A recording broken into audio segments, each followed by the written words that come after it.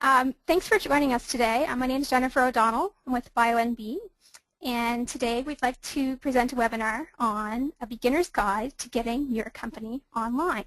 And it's the last session in our winter webinar series for 2014-2015.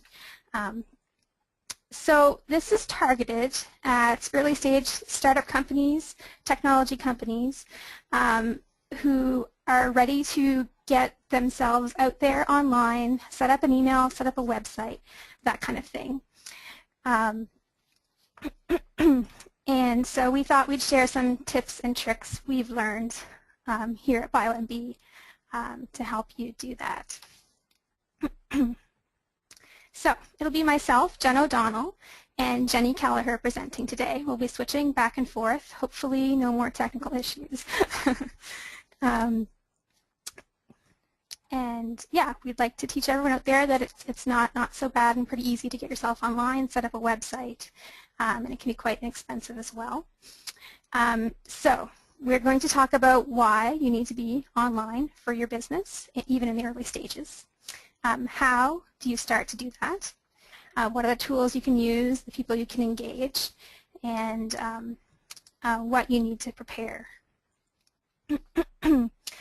And then we'll talk about some key tools, how those tools work, how you can get them up and running, and what kind of design features are important. So the key tools we'll talk about are your email, obviously a very crucial way to be communicating with customers, investors, anyone you have to deal with for your business as you're scaling up. The next tool will be your website. We'll also talk about using social media for business, and we'll just touch on some of the analytical tools that are out there. Once you have these things set up, you can use these tools to really learn a lot about people and how they're interacting with you.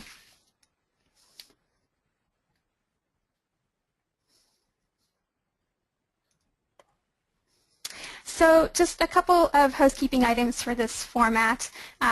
You are able to type in questions into the questions box on your GoToWebinar dashboard, and we will be happy to answer any questions you might have. We'll stop periodically to read some questions out, and hopefully we can have a good discussion. And when we're done, we'll have a feedback survey that we'll email to you. We would really appreciate any feedback you have, positive or negative. It'll help us with what events and presentations we do in the future, because we're all about helping out the community that we serve with what's best for them. We're recording the session, and we will be posting it online probably later this week, and the other sessions we've done this year are also available on our website, bionb.org. And just a quick note, we're going to talk about some specific products and tools that we like to use while we're online.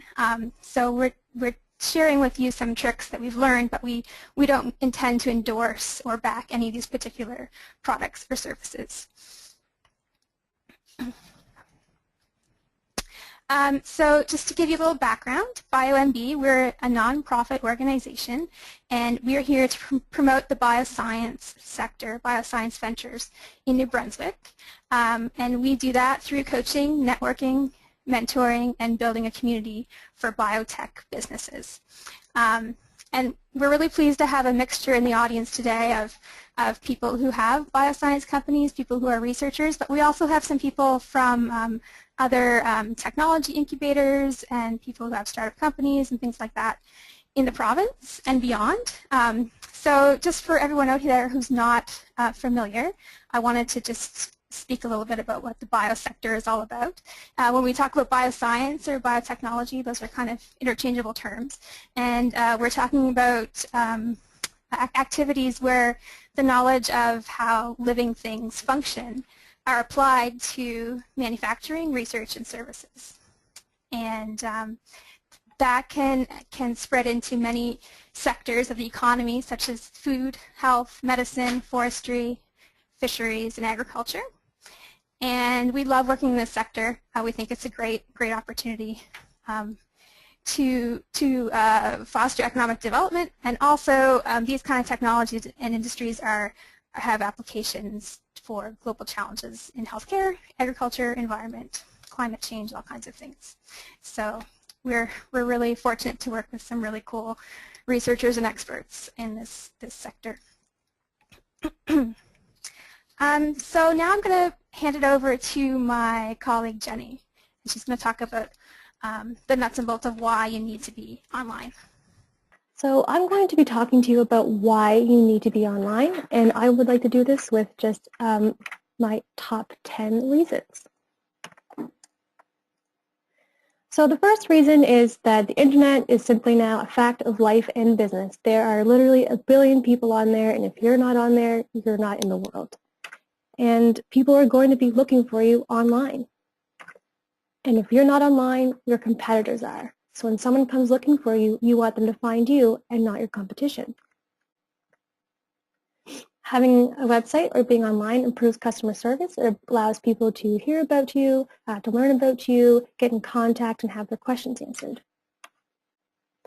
Having a website means you're open 24/7. People go on the internet a lot in the evenings or at night. So instead of having to send you an email or calling you on the telephone or stopping by your shop and taking the risk that you might be closed, you're open all the time and you can always provide feedback. Customer service, right, and having a website allows you to share your basic business information, and the basics are very important. That just includes what you do, when you're open, and what people can get from you. My number 7 is that you can target a wider market. If you were to use simply local traditional marketing techniques, you can only access a few dozen or a few hundred folks, but if you're on the internet, you can access everyone all over the world, hundreds of millions of folks. Being on the website gives you credibility and professionalism. If you appear current, if you appear available, if you appear on top of things, people are going to want to do business with you. Having a website also helps you with your branding. So if you're competing and you want to grow, you really need to work on your brand and what people think about you when they hear your name. So having a website allows you to have control over what people think when they hear your company. And the last one is online marketing is affordable and expandable marketing. If we thought of something such as brochures, to print off a brochure, it costs a few dollars. To mail it out, it costs a few dollars, and it's difficult to change that brochure once it's already been out in the world. And it costs money to produce each one of those. If you're online, you can change your website, you can change your messaging, and it is not that expensive to change what you already have out there. So let's get started. The bare minimum that you need to have on your website is simply your company information, how to get in touch with you, and what your company's message is. I like to call that your ask. So for some people, you could be asking people to buy your product.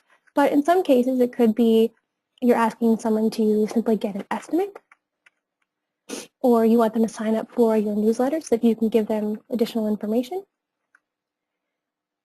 Or you want them to see a brochure. So all 3 of these are examples of just one-page websites, and all they're doing is asking someone to get in touch with them or to interact with you. So now you know who that customer is and you know what they want from you. So now I'm going to pass it over to Jen, who's going to talk about how to set up your email. Great, thanks Jenny. Sorry for the bit of a slow transition there. So yeah, we wanted to share, we're a small organization. We don't spend a ton of money on web developers and email services and that kind of thing. So we've learned over the years how to do a lot of these things ourselves. And but having said that, we are certainly not computer scientists. We're not web developers. So take some of this advice with a grain of salt, but it really is most people who have a familiarity with, using a computer every day, using email, using logins and passwords can really set up these things, especially in the early stages of a company when you only have a few employees and you don't want to commit a lot of resources to having a full-on IT department. Okay, so probably the first thing you will want to set up so people can reach you is an email address, and that is a good time to purchase or to subscribe to get a domain name. So you'll need the domain name for both your website and your email address. So just a couple of quick definitions. A URL is the address you put in the search bar in your Google Chrome or Internet Explorer. And that's the information that directs that browser to show you a specific document that is hosted on the Internet. So in the picture I have here, the URL is the http bionb.org/en/events, and that brings you to that specific page on our website. And then when we talk about domains and domain names, the domain name is bionb.org. It's not bionb.com or bionb.ca. And so that exists, that's a domain name, and it relies on something called a DNS, a domain name server. And that translates the name of the physical IP or the address on the Internet that information is held. So your first steps one of your first steps in getting online, once you've thought about the things that Jenny talked about, is to choose your domain name that'll work for both your email and your website.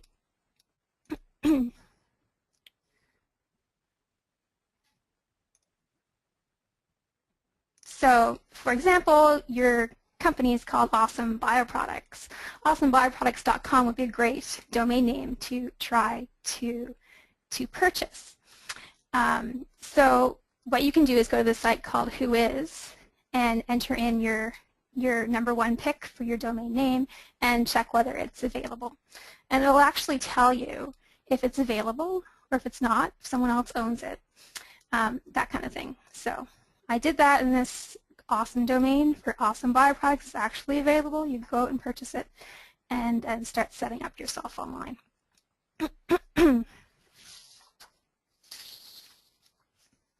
And so this is a good way to start out too, because it's a lot more professional looking to have awesomebioproducts.com rather than using Hotmail, Gmail, or something like that. It just really crystallizes your brand a bit more. So you could create, so you could, if the domain name's available, you can purchase it. And there's all kinds of sites where you can do that. They're called domain registrars. And some of the ones that are the most popular are register.ca, which is actually, I think, the only place you can get .ca domain names, and GoDaddy and EasyDNS are other registrars. And you can lock down your preferred domain for probably about $30 a year. They have lots of different features that you can subscribe to, but basically $30 a year would get you what you need to move forward. And you may need to check several of those sites to actually see if your name is available. They have different, they don't all have access to the same domain, so you may have to do a bit of checking first. But a lot of the time your domain name is not available, and we actually ran into that here at BioNB. So we changed our name last year. We wanted to purchase bionb.com, so I entered that in that Whois site. And it'll actually tell you where the domain's registered. If it's not available, this one was registered already at GoDaddy.com, and you can actually go to that site, enter the domain you're after, and sometimes it'll tell you actually who has it registered. And you can go after that person and see if they're looking to sell it, because it's actually a bit of a cottage industry, even locally here, which we were kind of surprised to find out. But yeah, sometimes you can track down, and people go and buy a bunch of domains just because they want to have these desired digital addresses for people to purchase from them. So you could look into purchasing from somebody, but a lot of the time they're really looking for too much of a profit. So you can actually just go for a variation on your #1 pick for your domain. Maybe you change it from .com to .ca, or maybe make a slight change to the name itself.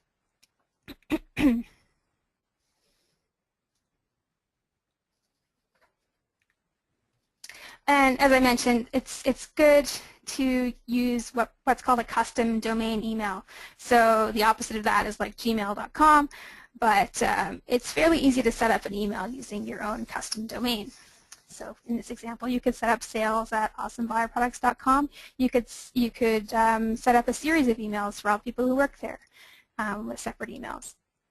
There used to be a number of free tools where you could do these custom domains. The only one I could find today was one called Zoho, and it's a pretty basic email service, but it does give you, I think, something like 20 email addresses for free. It gives you a nice clean interface to check your email on. You can set up your email on your own laptop or cell phone to receive and send emails, and it's all for free. So you just need to know a little bit about, you need to purchase the domain yourself and then go to one of these sites to sign up for an email. And it's really not too difficult to set up.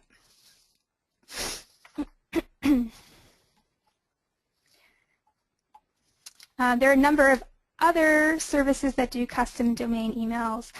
Google and Outlook actually used to do them for free, so I could have logged into Google, said I want BioNB.com as my domain, but now they actually charge a little bit for that, but it's worth looking into because those are really great, and millions of people use those interfaces for email, so they're pretty reliable.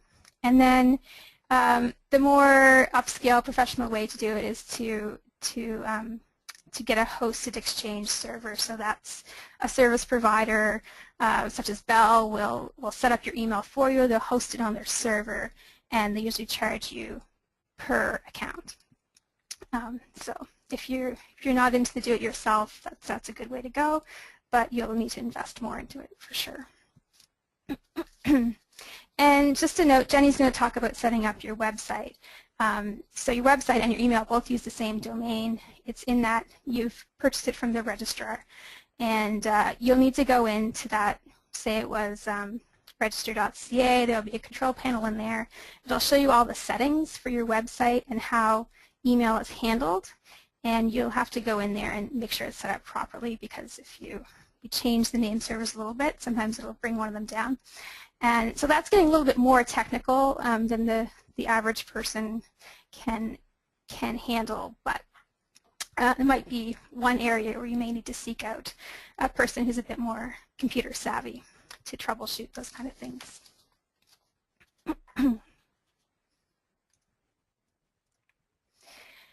So a website hosting service, you'll hear people talk about where you're going to host your website, how you're going to host it. So that just refers to an actual server somewhere out there that's actually storing the data for your website for a client. I think we have a question. Let's see. Question was, which is better between Gmail and Zoho Mail? That's a great question. I think Gmail is going to be a lot more feature-rich, but you're going to have to pay for it. I didn't look up how much that actually costs, so that would be something to have a look at. But I mean, if you're just starting out, a startup company, I would definitely start out with something like Zoho Mail. It's free. See if you like it. And you can always change, right? That's another thing that kind of reaches a lot of points in this presentation is, you're not stuck with any of these things. You don't have to stick with the same website provider. You don't have to stick with the same email host. But these are great tools to, just get the ball rolling and keep things consistent, right? You don't want to be developing a company and then changing your email every 6 months. It's going to be really hard for people to keep track of you and reach you. So thanks for the question. Back to hosting. So hosting is the person who actually holds the data for your website. But when you start to look at developing your website, it is really quite easy to do a basic website on your own using a website builder tool. And a lot of the time, hosting is actually included when you do that.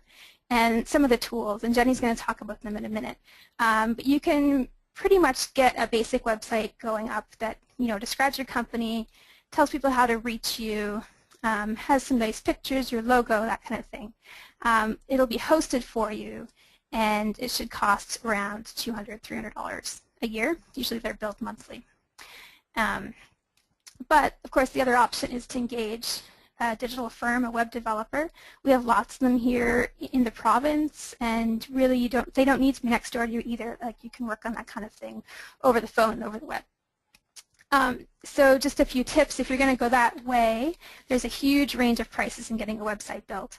I would say anywhere, probably starting around $5,000 and up and up and up, depending on what you need on your site.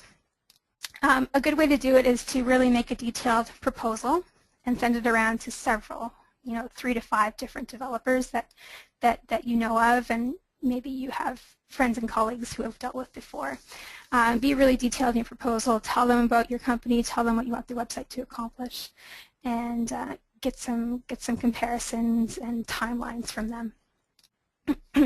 But some of the advantages of going that way, of course, are if you want to do e-commerce on your website, if you need more functionality, if you need to put data on your website or databases, that kind of thing, it might be beyond the scope of what you're willing and able to accomplish outside of your normal business day-to-day stuff.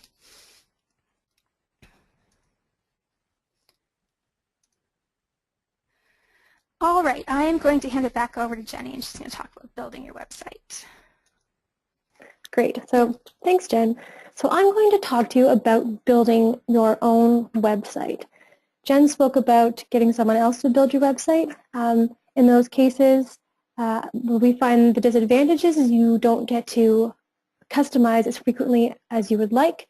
We actually had a question and it said, can you update your website after it's already been published? Well, if you go with a developer, you either have to contact them to make the changes, or you can make changes, but they're limited. I'm going to show you the option that would allow you to have full control over the content and the look of your website, and you can publish it and change it 20 times a day if you felt like. So when you think of building a website, you probably think this. You probably think you need to know HTML and CSS and all these other fancy letter acronyms, but I'm telling you that that's not the case anymore. There are literally dozens, maybe even hundreds of website building tools out there. There are many that are drag and drop, and it's very, very easy to use. It's almost as easy as setting up a Facebook page or even just using your email program. So even though there are dozens of them, here at BioNB, our favorites are Weebly and Squarespace. We've actually built websites on these, and the internet community really agrees that these are the two best ones. So Weebly is really great because it's very, very easy to use and it has many useful and powerful features. It's great for all businesses, from very artistic ventures like photography or architecture, or to sort of technical science businesses like some of our clients. Or you could even use it for a personal blog. Squarespace is also easy to use and very powerful. Their templates are a little bit more stylish and modern, and it's a lot better for pictures and sort of just showing your imagery. Their strength is galleries and artistic features. So both of these services and most web building services can let you do pretty much anything. You can have text, photos and galleries, Google Maps, you can have contact forms, surveys, search function, embedded videos, audio. You could even attach documents, and you can actually even set up an e-commerce website. You can allow people to search a catalog on your website and actually make payments using these services that we're talking about today. So I'm actually going to go through the steps of setting up a website using Weebly, just to show you how easy it is. So this is my Weebly account. As you can see, I have 2 websites here. I will show you how easy it is to set one up. So simply click Add Site and ask me what the focus of my website is. I just want to do simple site. And then here you choose a theme. So this is the look of your website.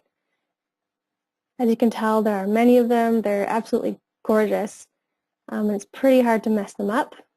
I like all of these, but for today, I think I'm going to pick this one. So I click Choose.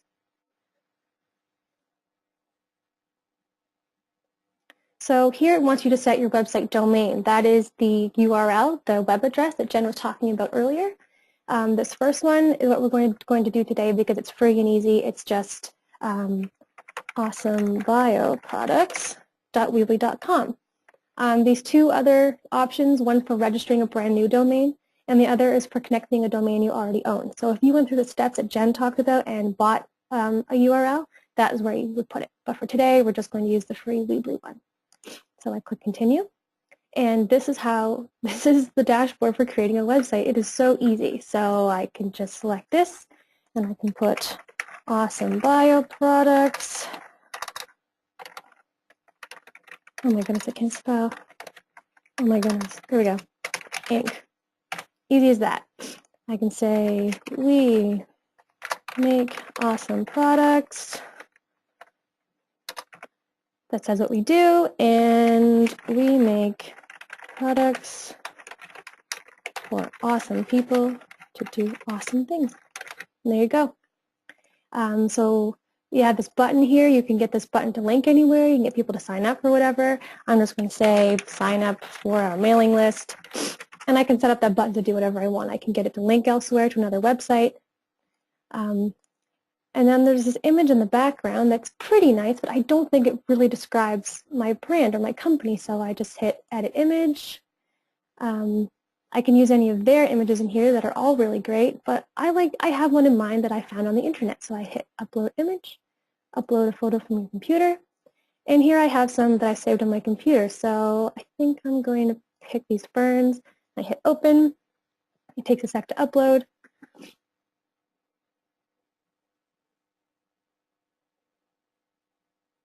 And there you go. I have that image.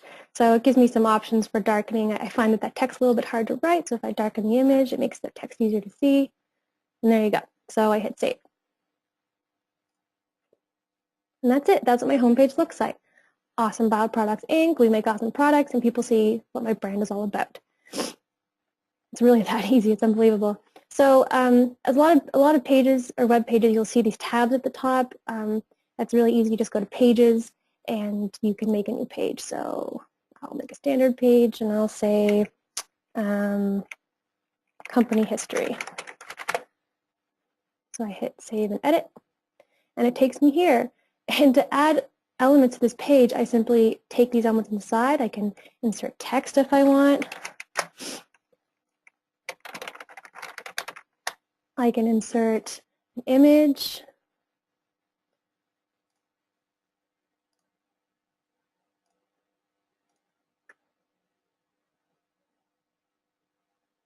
And I can put text on the side.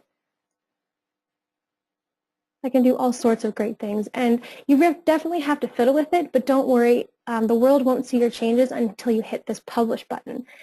So if I hit publish right now, I should be able to go to, oh, sorry, personal, continue,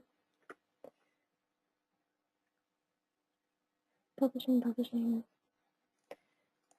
So if I go to awesomebioproducts.weebly.com,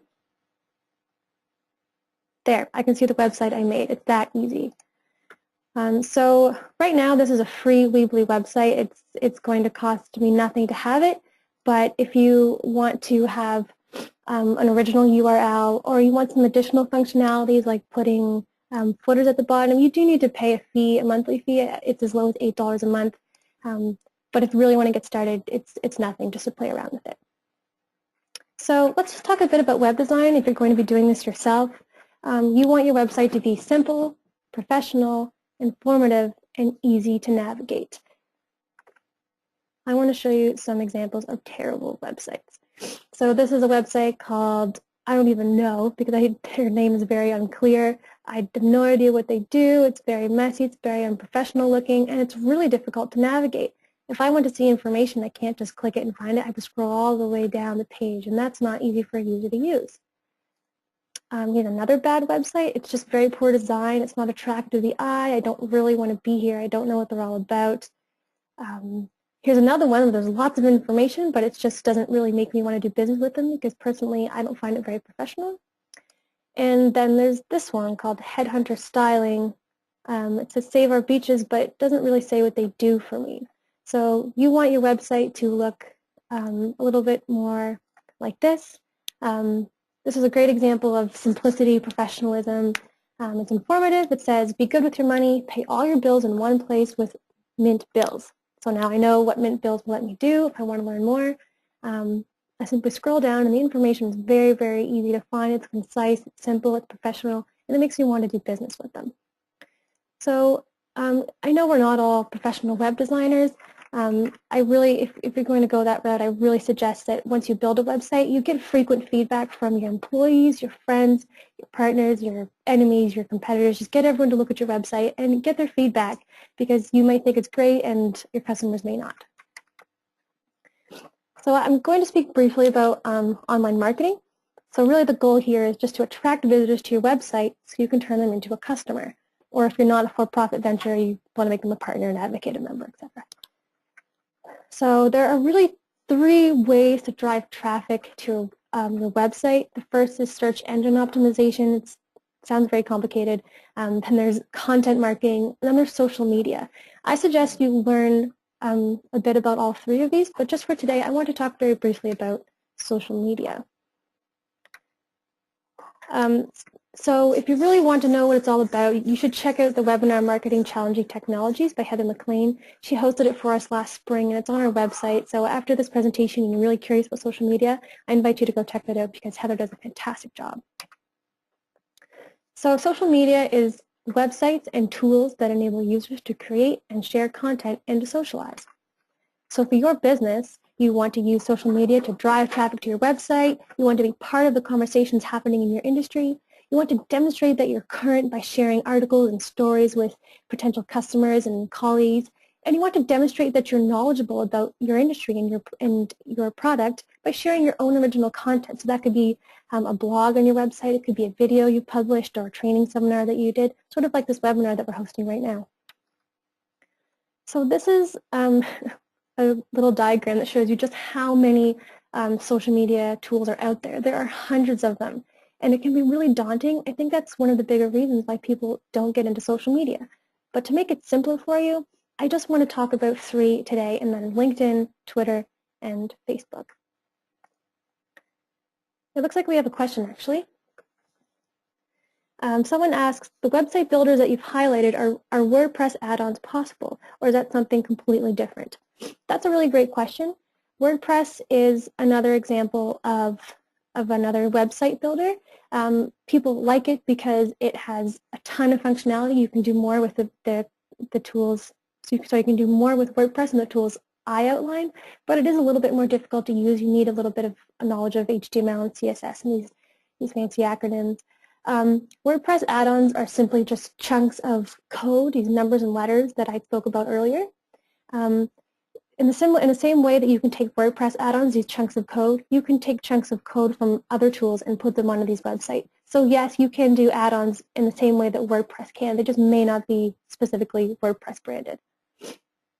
Thank you for the question. So back to LinkedIn, Twitter, and Facebook. With LinkedIn, here it is a social network strictly for professionals. So you're only talking to people that are working in your industry. They want to know about you, and they're there to make new partnerships. Here on LinkedIn, you can participate in discussions, and you demonstrate your knowledge. So you can share your articles, you can comment on other people's articles, you can ask questions and people will comment on it. It's really, really great for getting yourself out there. And it's free. Twitter is also free, and people are a big fan of it because it is massive. You get access to a huge volume of users, and these are consumers, these are business professionals, these are bloggers, this is everyone. Twitter is for really quick info. A tweet is only 100 to 150 characters, so you want to push your point home very quickly and very frequently. So Twitter allows you to follow and participate in trends. It allows you to drive traffic to your website by posting links to your website, and it generates awareness for your brand. So if I'm on Twitter and I hear about so-and-so company, and if I look them up on Twitter and I don't find them, it shows to me that they really don't care about the awareness of their brand, or they're not part of the conversation. So even if you don't tweet all the time, just being on there, maybe sending out a message, twice a week or something like that, shows people that you're actually part of the conversation. And lastly, Facebook. For businesses, my suggestion for Facebook is just to be there. You don't have to engage all the time because Facebook is a very personal thing. People use it to talk with their friends and share pictures, but for business, they're not usually going on there to buy products, especially if you're talking about biotechnology or heavy industry like that. So just be there, keep your page up to date, and link them to your website so that if they search you on Facebook, they're going to find you. So last but not least, I want to talk about analytics.